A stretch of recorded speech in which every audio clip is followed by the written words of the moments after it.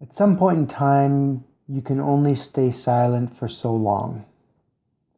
This is Up in Canada. I'm your host, Dominic Raphael, and this is what I've had to view over the last 3 weeks with regards to the Freedom Convoy.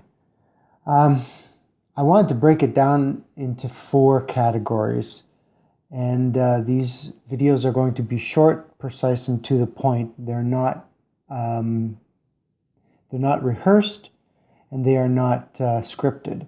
This is just my feelings, my thoughts, and hopefully they have some effect. So, breaking it down to 4 categories, I came up with the first one, which was the narrative. In the narrative, I've witnessed, and I won't speak for anybody else. Of course, that's not what we do. But what I've witnessed is that the narrative is always trying to escape the truth, to try and cover the majority of people that they possibly can and try and get away with it. You know, we are at a great time in history where you can't silence everybody. And as much as they're going to try, now and forever, I would imagine, eventually you cannot just ignore the facts. Now, it may be somewhat difficult for us as individuals or as individual media people. I don't claim to be a journalist, although it was one of my first ambitions when I was in school.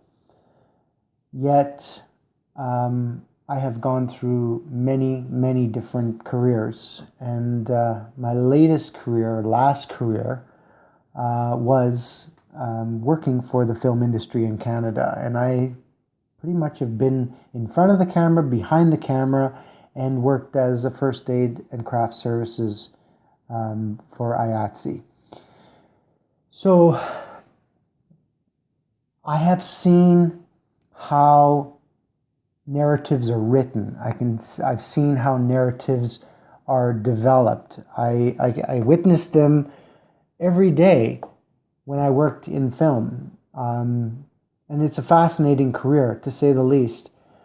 But the thing about a fascinating career is that it's only fascinating when it is the truth. And my truth is much different than the truths that have been shown by, as we're calling it, the legacy media. I was adamant about watching CBC News daily. It was my connection to the world, if you wish. But what I have witnessed and what I have noticed, what insight I have now, being on both sides of the camera and both sides of the narrative, I come up with, taglines like, we need to change the narrative. One way of doing that is to copy and paste. I mean, it's been going on since 2000. Copy and paste what is the truth. That is independent media, stories that are, as we say, on the ground in the convoy of 2012, Freedom Convoy. This is only part of what we can do for the time being. I can say that we have all been victims of our society, some more than others. And I have stories that I can tell, and maybe one day they'll all be told, exactly how those narratives have gone. And that's everything from our legal system, our insurance system, our licensing system, and every system that is, the air quotes, I'm sorry I have to use, what is normally, or now normally considered, the narrative of day-to-day life in Canada. So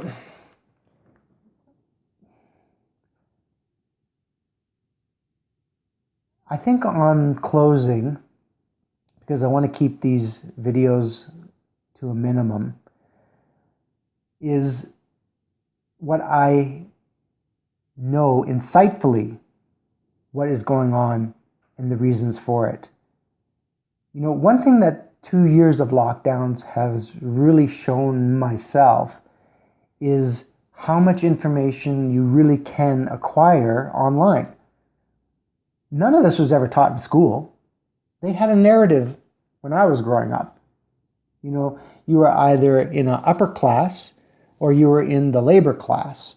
And depending on the area you grew up in, all the public schools would have programs labeling the intent of the neighborhood as to who should be coming out of these public schools. I, for one, grew up in downtown Winnipeg, #1 school division. And every one of our schools had these things to choose from: carpentry, electrical, plumbing, welding, automotive. That was the narrative growing up. There was no other narrative. If you weren't in a higher class or able to afford private school, or even private tutors for that matter, then you were a second-class citizen, and you would just have to follow in the footsteps of what's been given to you, regardless of the taxes that your parents have paid and everyone else down the line. Getting off subject, needless to say. Back to the Freedom Convoy of 2022. I'm also a Class 1 driver. I have tens of thousands of miles behind my belt. And I have driven from east to west and from north to south. I have filmed in east to west. I have filmed in north to south. Because I've chosen many different careers, never really being satisfied with just one.